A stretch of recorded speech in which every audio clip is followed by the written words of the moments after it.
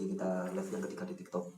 Jadi untuk runtutan acaranya nanti kita ya dibuka pembukaan yang seperti saya buka pada sore hari ini. Yang kedua nanti ada pembacaan dongeng atau cerpen atau apapun itu, kok yang intinya cerpen atau dongeng gitu. Yang selanjutnya nanti kita gantian, ada teman saya juga dari kelompok 6, Mas Nafil. Nah, Mas Nafil ini penyair dari Singosari. Beliau merupakan sastrawan yang terkenal di Singosari, dan nanti beliau akan membacakan cerpen. Kalau nggak salah saya tadi ada judulnya Sidang-Sidang. Tapi sebelum Mas Nafil membacakan cerpennya, saya akan membacakan cerpen dari kumpulan bukunya Oki Madasari. Judul bukunya yaitu Yang Bertahan dan Binasa Perlahan. Jadi sebelumnya saya bisa menjelaskan dulu Oki Madasari. Jadi beliau adalah penulis yang dikenal dengan karya-karya yang menyuarakan kritik sosial, lebih tepatnya. Ia konsisten mempertanyakan hal-hal kekinian, pertarungan manusia dengan diri sendiri dan lingkungannya, yang menjadi kegelisahan utama generasi zaman ini. Jadi cerpen-cerpennya, karya-karyanya secara tidak langsung pasti relevan dengan masa sekarang. Seperti itu. Ini mungkin contoh-contoh karya Oki Madasari. Selain cerpen ini ada novel-novel yang ditulis, yaitu Entro 2010. Terus ada novel yang berjudul 86, Mariam, Pasung Jiwa, dan Kerumunan Terakhir. Ya seperti itu untuk sekilas perihal tentang penulis Yang Bertahan dan Binasa. Dan untuk buku ini ada kumpulan cerpennya Oki Madasari berjumlah berapa ini? Kurang lebih ada 10 lah kalau saya tadi membaca. Kurang lebih ada 20, dan saya tertarik dengan, tadi saya direkomendasikan sama teman saya untuk membaca cerpen yang berjudul Pemain Topeng. Topeng otomatis tidak jauh-jauh banget dengan Malang lebih tepatnya.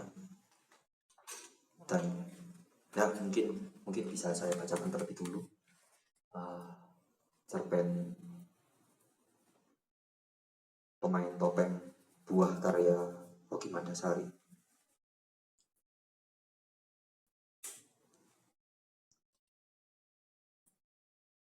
Pemain Topeng. Bapakku pemain topeng.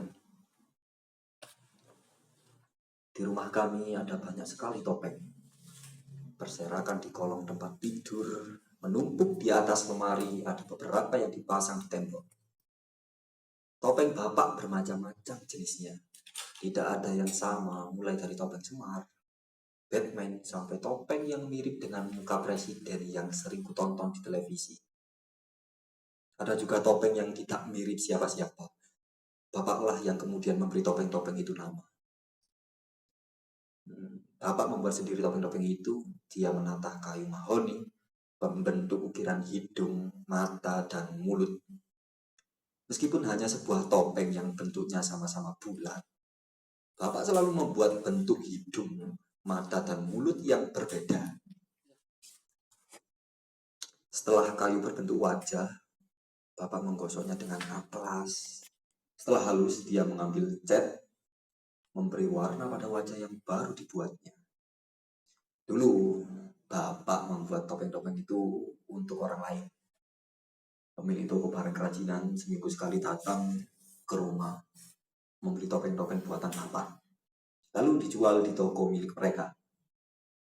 Bapak juga sering menerima pesanan topeng dari penari-penari atau pemain ketoprak.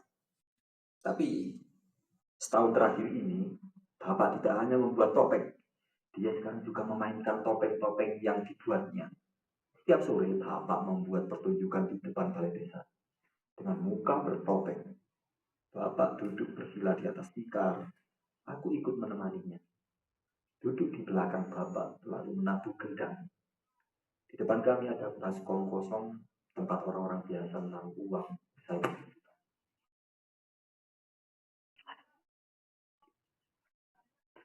Eh, jika aku sudah membunyikan gendang, orang satu persatu mulai datang. Tua, muda, anak-anak, laki-laki, dan perempuan. Mereka semua mengelilingi kami. Aku berhenti menggendang saat sudah banyak orang yang berkumpul mengerubungi kami. Bapak langsung berdiri begitu suara gendang berhenti. Ia mulai memainkan topengnya. Saat pertunjukan seperti ini, dia sudah tak lagi menjadi bapak, melainkan Semar, Petruk, Batman, Presiden, atau orang-orang bermulut besar, berhidung pesek atau berhidung mancung, pawan atau jelek. Bapak juga mengubah suaranya, bukan lagi suara yang setiap hari kedengar, tapi bisa suara cempreng, suara kakek-kakek, suara perempuan, bahkan suara anak-anak. Meski selalu berganti suara dan rupa, Bapak selalu memainkan peran orang baik. Kadang-kadang hanya meniru cerita yang sudah dikenal banyak orang. Kadang cerita karangan dia sendiri yang sangat berbeda dengan cerita-cerita yang sering kudengar. Saat memakai topeng Batman, dia hanya meniru cara Batman berkelahi. Tapi musuhnya Batman dikarang sendiri oleh Bapak. Satu hari dia memainkan lakon Batman menangkap pencuri sepatu di masjid. Batman yang di televisi kejar-kejaran dengan Joker. Jadi memburu seorang anak pencuri sepatu di masjid. Lakon itu membuat penonton terpingkal-pingkal. Pada lakon Semar, Bapak tidak banyak bercerita. Dia hanya menirukan cara Semar berjalan dan membuat gerakan yang membuat orang tertawa. Mulai dari salto sampai terpeleset saat berjalan, anak-anak menyukai lakon ini. Waktu memakai topeng presiden yang wajahnya ganteng, Bapak berpidato dengan menggerakkan tangan ke atas, depan atau samping. Bapak juga menyanyi, lagunya sama dengan lagu yang dinyanyikan presiden yang asli di televisi. Penonton bertepuk tangan dan terkekeh-kekeh melihat aksi Bapak. Pernah suatu hari Bapak melempar 5 ekor tikus di sekeliling tikar. Orang-orang menjerit-jerit kaget dan agak jijik. Belum pernah Bapak memainkan lakon dengan cara seperti itu. Bapak memakai topeng yang berkumis tebal. Dia memegang tongkat, lalu mencari-cari tikus di sekeliling tikar. Menggebuk saat dapat. Orang-orang sekarang bertepuk tangan. Mereka menyoroki Bapak, menertawakan pola Bapak, lagi-lagi mengeluh Bapak dengan lakon yang menjadikannya pahlawan dan pemenang. Bapak tak pernah kehabisan lakon. Setiap sore dia menjadi orang baik yang berbeda dari hari sebelumnya. Pahlawan yang selalu baru, karena lakon-lakonnya itu Bapak disukai seluruh orang di desaku. Setiap hari penonton terus bertambah dan saweran yang terkumpul makin banyak. Selain itu Bapak sering mendapat kiriman cendol, rawon, bahkan kadang ada juga yang mengantar beras. Bapak menjadi pujaan karena lakon-lakon baik yang selalu dimainkan.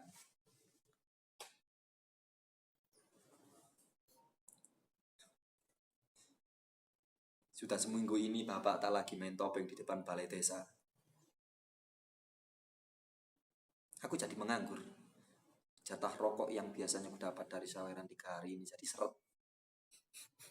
Banyak orang datang mengantarkan makanan, bertanya apakah Bapak sakit dan butuh sesuatu. Bapak bilang, tidak ada, ia hanya kecapean. Meski tak lagi main topeng, Bapak masih memahat kayu mahoni. Dia membuat wajah, membentuk hidung, mulut, dan mata. Topeng-topeng baru ditumpuk di atas lemari, menunggu pemilik toko kerajinan datang dan memborong semuanya. Kemudian, aku bertanya, Pak, kapan main topeng lagi? Nggak main lagi, Le. Bosen main topeng. Loh, kok bisa bosen, Pak? Banyak yang senang, yang nonton makin banyak yang nyawer, banyak yang antar makanan. Topeng itu bikin sakit, Le. Mukaku nyeri karena pinggiran kayu. Kupingku gatal kena karet. Nyenengin orang itu bikin capek. Aku tambah bingung.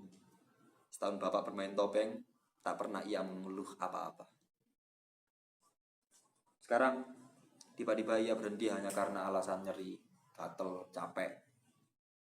Tapi aku juga tidak berani memaksanya. Tak pernah lagi aku bertanya tentang permainan topeng pada Bapak. Bapak terus asik membuat topeng baru, tanpa pernah lagi memakainya. Belakangan aku menyadari ada yang berbeda pada topeng-topeng buatan Bapak. Dulu, Bapak selalu membuat topeng-topeng berwajah baik. Meski buruk rupa, Bapak akan membuat topengnya tersenyum lebar dan bermata lembut. Sekarang, topeng-topeng Bapak tak lagi tersenyum. Semuanya muram dengan sorot mata yang galak. Muka topeng juga berwarna gelap, hitam atau abu-abu. Bapak juga sering membuat tanda macam-macam di pipi topeng-topengnya. Mulai dari tanda silang sampai celorengan menyerupai tompel di pipi. Aku bertanya pada Bapak apa maksud topeng-topeng barunya. Bapak bilang tidak ada maksud apa-apa. Katanya, dia sekarang kesulitan membuat lekuk senyum. Terus dicoba dan selalu gagal. Lah, enggak apa-apa juga toh. Kalau topengnya jadi kayak begini. Katanya, sudah ada 10 topeng berwajah garang yang dibuat Bapak. Pemilik toko kerajinan tak mau mengambil topeng itu. Dia hanya mau membeli topeng yang tersenyum dengan mata yang lembut menyenangkan. Meski sudah jelas-jelas tak laku.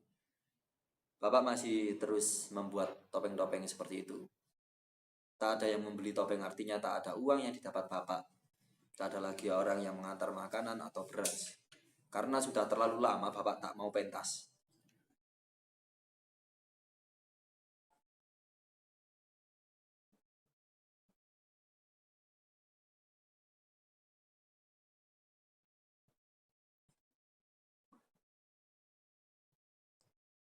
Lapar dan tak punya apa-apa. Bapak tak lagi punya pilihan. Sore ini tiba-tiba mengajakku kembali bermain topeng. Aku senang sekali. Ku bersihkan kendang yang sudah lama tak terpakai. Kami pergi ke depan balai desa membawa tikar dan baskom untuk menampung saweran. Tak susah mendatangi penonton. Begitu kendang ditabuh, mereka langsung datang berbondong-bondong. Orang-orang itu sudah sangat rindu Bapak. Begitu suara gendang berhenti, Bapak langsung berdiri. Dia memakai salah satu topeng jahatnya. Mata topeng itu beringas. Mulutnya terkunci rapat. Ada tanda tompel di pipi kiri. Bapak memperkenalkan diri sebagai perampok. Suaranya dibuat serak, seram. Bapak berjalan-jalan di tikar sambil tangan kirinya memegang golok. Dia berteriak-teriak, mengancam semua orang, siap membunuh siapa saja. Lakonnya ditutup dengan mencabik-cabik seekor burung yang sudah dibawanya dari rumah. Penonton diam, tak ada tepuk tangan, semuanya kecewa. Satu persatu mereka pulang, hanya sedikit memberi saweran. Aku dan Bapak juga pulang dengan kecewa. Pak, orang-orang tidak suka lakon seperti itu, kataku. Begitu kami sampai di rumah. Topeng kayak gini tidak bisa jadi lakon orang baik-baik. Jawab Bapak, ya jangan buat topeng seperti itu lagi Pak. Buat yang lagi senyum, bikin jadi orang baik. Bapak tak menjawab. Dia mulai memahat kayu mahoni lagi. Dalam hati aku berdoa, semoga jadi muka baik. Tapi ternyata doa aku tidak terkabul. Bapak tak membuatnya menjadi muka baik lagi. Topeng itu beringas, wajah yang tidak disukai banyak orang. Bapak mengajakku kembali bermain. Aku tak terlalu gembira dengan topeng seperti itu. Siapa yang mau menonton dan memberi saweran?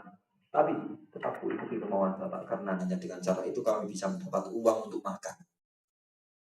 Kendang ku bunyikan. Orang-orang mulai datang. Bapak memakai topeng bermata tipis. Garis senyumnya agak miring. Setengah menggoda, setengah mengejek. Bapak meloncat-loncat ke arah penonton. Lalu mundur lagi. Koloknya mengayun-ayun. Ia mendekati seorang perempuan yang menonton di baris paling depan. Perempuan itu ditarik ke tengah-tengah. Bapak sedang memainkan lakonnya. Menculik seorang perempuan. Wajah perempuan itu pucat. Ketakutan. Penonton yang lain juga ketakutan. Ini bukan yang pertama Bapak mengajak penonton untuk main lakon bersama.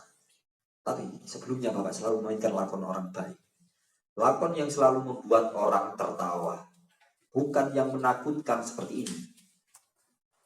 Sudah, Pak. Sudah. Perempuan itu meronta-ronta sambil berusaha melepas cengkraman Bapak. Tapi Bapak tak melepasnya. Meski memakai topeng di wajahnya, Bapak seperti tidak sedang memainkan lakon. Dia seperti bukan bapakku. Bukan pemain topeng yang selama ini dikenal orang-orang. Bapak seperti orang kesurupan. Dia makin kuat mencengkram tangan perempuan itu. Perempuan itu makin meronta-ronta. Penonton mulai panik. Dua orang laki-laki mendekati Bapak, berusaha melepaskan cengkraman Bapak pada perempuan itu. Tapi Bapak terlalu kuat. Dua laki-laki itu malah terpelanting. Aku yang sekarang maju mendekati bapakku. Pak, kenapa ini Pak? Sadar Pak. Bapak tak menanggapiku. Dia malah berteriak menyuruh semua orang mundur. Sudah lama aku pura-pura baik. Kalian suruh aku buat topeng baik. Kalian suruh aku main lakon baik. Tapi sekarang tidak lagi. Aku tak sudi lagi jadi badut kalian. Aku capek. Bapak semakin tak bisa dikendalikan. Dia berteriak-teriak sambil mengacungkan golok ke arah penonton. Sementara tangan kanannya tetap mencengkram perempuan itu. Aku tidak mengenal bapakku. Tak sedikit pun bisa aku bayangkan wajah yang ada di balik topeng itu. Benarkah dia bapak atau justru lakon topeng yang sedang meminjam tubuh bapak? Aku bosan memakai topeng-topeng itu. Ini topengku yang sebenarnya. Bapak berkata seperti itu. Semua orang diam. Sementara perempuan dalam genggaman bapak meronta-ronta. Dua laki-laki tadi yang terpelanting kembali bergerak mendekati bapak. Kali ini dari belakang mereka memukul kepala bapak bersama-sama. Entah dari mana kekuatan yang dipunya bapak, ia tidak roboh. Bapak malah berbalik menyerang. Dua laki-laki itu mereka bertarung. Bapak kalah. Golok yang dipegangnya kini telah menancap di perut salah satu laki-laki itu. Laki-laki itu terkapar dengan isi perut berhamburan. Semuanya menjadi hening. Bapakku tak lagi memainkan lakon. Ia bukan lagi pemain topeng. Ia pembunuh. Selesai. Ya. Jadi seperti itu. Salah satu karya dari Oki Madasari yang berjudul Pemain Topeng. Nah, mungkin teman-teman online Ontiang tahu bisa gimana ya? Kalau saya menjelaskan satu persatu mungkin terlalu banyak karena saya juga sedikit tidak paham. Bukan sedikit sih, saya tidak paham. Jadi mungkin saya tertarik untuk membacanya lagi nanti dan membaca terus. Dan selanjutnya mungkin bisa dilanjut sama temanku karena saya ada urusan ke Australia. Jadi saya akan memberikan mic ini kepada temanku Mas Nafil dari Singosari. Mas Nafil bisa maju dulu Mas Nafil? Tidak bisa Mas Afif. Ya ini Mas Nafil.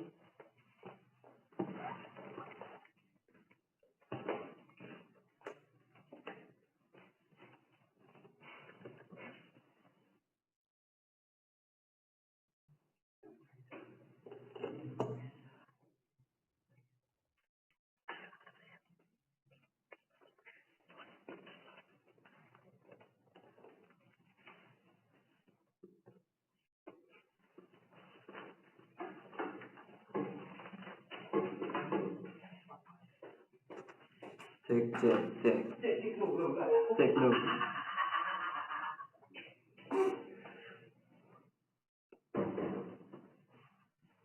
Ya, baik. Assalamualaikum warahmatullahi wabarakatuh.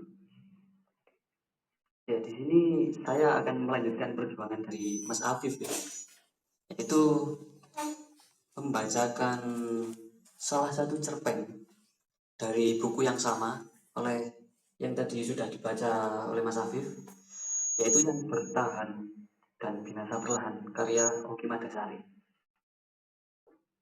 Nah, untuk soal buku yang akan saya bacakan tadi sudah dijelaskan oleh Mas Afif. Nah, dalam buku ini ada sekitar 20 judul buku, ada 20 judul cerpen. Dan saya akan membacakan salah satunya, yaitu yang berjudul Di Ruang Sidang. Kepalaku pening. Kenapa aku tidak pingsan saja agar hakim itu menghentikan ocehannya, agar sidang yang memuakkan ini berhenti, lalu ditunda entah sampai kapan. Aku takut. Siapapun tahu, hakim itu tak akan membebaskanku.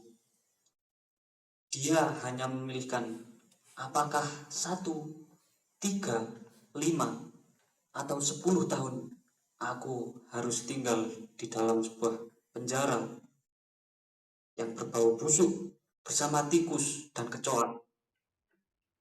Pengacara bodoh itu tak akan bisa mengubah apa-apa. Maaf yang mulia, saya mohon izin untuk keluar. Saya sakit, tidak kuat lagi. Saudara terdakwa, ini sidang terakhir. Kami harap saudara tetap mengikuti persidangan sampai selesai. Tapi saya benar-benar tidak kuat. Selama masih bisa ditahan, harap ditahan. Jangan mencari-cari alasan yang menghambat persidangan. Sialan. Hakim ini benar-benar kurang ajar. Aku harus tetap duduk di sini, mendengarkan ocehan-ocehan itu sampai selesai tanpa paham satupun maksudnya. Duh Gusti, kenapa aku tidak pingsan saja? Aku memang tidak benar-benar sakit, tapi aku benar-benar pusing. Karena aku benar-benar takut. Mulai besok, embel-embel namaku akan berubah.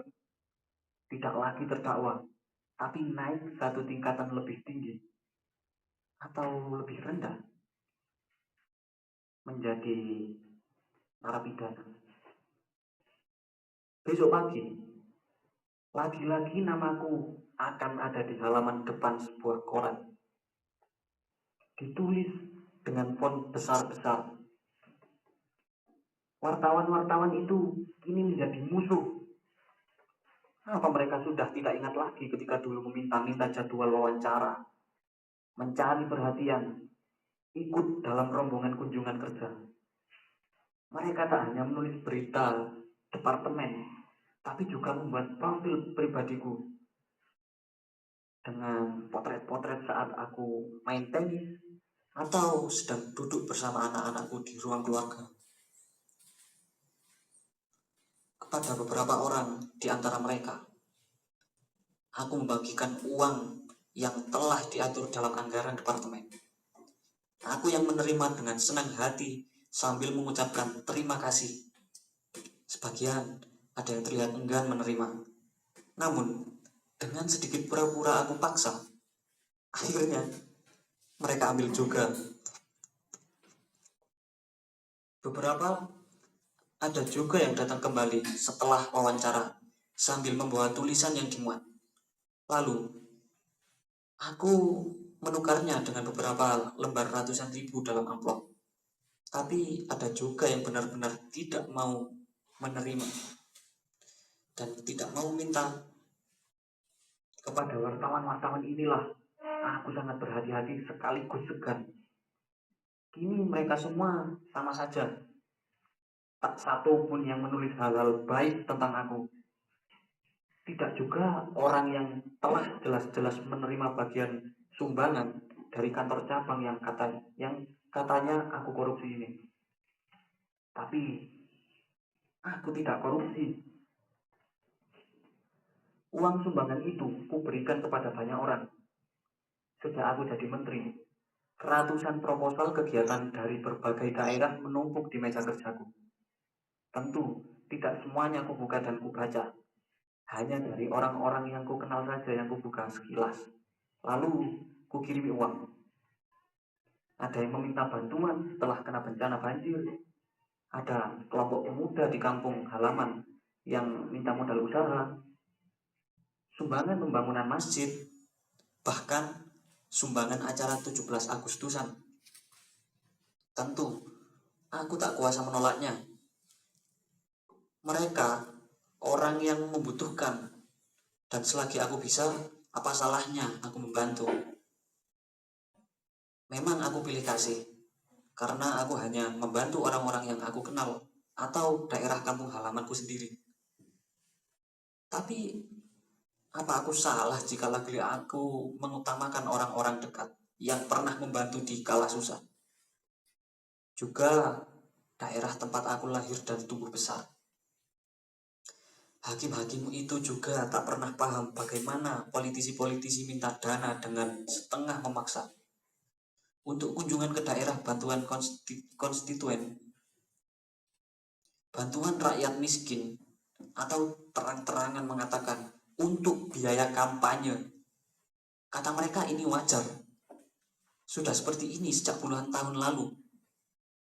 Bagaimana aku tidak bisa memberi? Lalu, apa aku salah kalau aku memakai sumbangan kantor cabang untuk kembali menyumbang kepada orang-orang itu? Kalau memang sudah dari dulu seperti ini, berarti memang semua sudah sewajarnya. Lalu, kenapa semua orang kini menyalahkan aku? Aku tak akan memberi kalau tidak ada yang meminta. Lalu, di mana semua peminta-minta itu? Di mana bangsat-bangsat itu? Semuanya menyingkir, pura-pura tidak tahu, dan jaksa bodoh itu tak juga menyeret mereka ke ruangan ini untuk diadili. Memang ada uang yang kugunakan sendiri di ruanganku. 3 bulan setelah aku dilantik, sekretarisku memberi 50 juta rupiah tunai. Kata dia, lagi-lagi, ini sudah kebiasaan. Sejak bulan tahun lalu sudah seperti ini. Kalau tidak dilakukan justru nanti akan ada yang salah karena keluar dari kelaziman menentang budaya. Mendengar seperti itu, ya tentu saja aku mau menerima karena aku takut menentang budaya. Aku takut menjadi salah karena keluar dari kebiasaan. Toh, sudah puluhan tahun, jadi sudah banyak orang yang menerima uang seperti ini. Tidak ada yang salah dengan mereka. Lalu, kenapa aku yang salah? Layaknya karyawan yang menerima uang lembar atau bonus, aku berikan uang itu kepada istriku. Masih utuh dengan bungkus amplopnya. Istriku tak banyak tanya karena dia pikir sudah sewajarnya seorang pemimpin departemen membawa pulang uang 50 juta. Uang itu lalu dimasukkan ke rekening tabungan atas namanya. Disimpan untuk kebutuhan mendesak dan menambah uang pensiun. Suatu hari, sekretarisku datang lagi menawari mengganti mobil yang baru dan yang lebih bagus. Mobil lama sudah tua, berat ongkos perawatannya, katanya. Ya sudah, diatur saja, jawabku. 2 hari kemudian dia datang lagi, minta tanda tangan dan fotokopi KTP. Katanya, surat mobil baru atas namaku. Biasanya juga seperti ini. Dari dulu juga atas nama menteri. Buat kenang-kenangan kalau nanti sudah tidak menjabat. Dari dulu seperti ini, berarti sudah banyak orang yang melakukannya. Berarti tidak masalah kan? Justru kalau aku menolak akan menjadi masalah karena menentang kebiasaan. Lagi-lagi aku berpikir seperti itu. Lalu 3 hari sebelum aku dan keluarga berangkat naik haji, sekretaris itu masuk lagi ke ruanganku, mengucapkan alamat jalan dan mengucapkan selamat jalan dan juga segala harapan. Doa agar aku dan keluarga menjadi haji yang mabrur. Tak lupa, sebelum keluar ruangan, dikeluarkannya amplop berwarna coklat yang di sudut kanan atasnya tertulis 25 juta rupiah. Ini uang saku dari departemen. Biasanya kalau ada yang mau naik haji, selalu seperti ini. Dia menjelaskan sebelum ditanya. Aku menerima sambil berkata terima kasih. Apalagi yang mau dikatakan?